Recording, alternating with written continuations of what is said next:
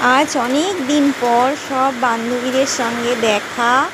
আর আজ খুব বৃষ্টি হচ্ছিল, আর বাড়ি থেকে আসার সময় ভিজেও গিয়েছিলাম। আর আজকের দিনে আমাদের সবাইয়ের ইচ্ছা হয়েছে চানা পিকনিক করব। তাই সবাই সবাইয়ের মতন কিছু কিছু জিনিস আমরা বাড়ি থেকে এনেছিলাম। কেউ শসা, কেউ মটর, কেউ তেঁতুলের কাঠ, সবাই এনে সবাই একসাথে মিলে মজা করলাম। তো দেখো আমরা সবাই একসাথে কি সুন্দর চানাটাকে মাখাচ্ছি। বিট নুন দিলাম, আর এই ভাজা মশলা দিলাম।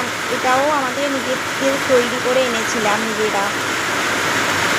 আর চানাটা কিন্তু খেতে খুব সুন্দর হয়েছিল, এত সুন্দর হয়েছিল যে বলা বোঝাবার নয়। আর খুব মজা করলাম, খুব আনন্দ করলাম। কেমন হয়েছে বল?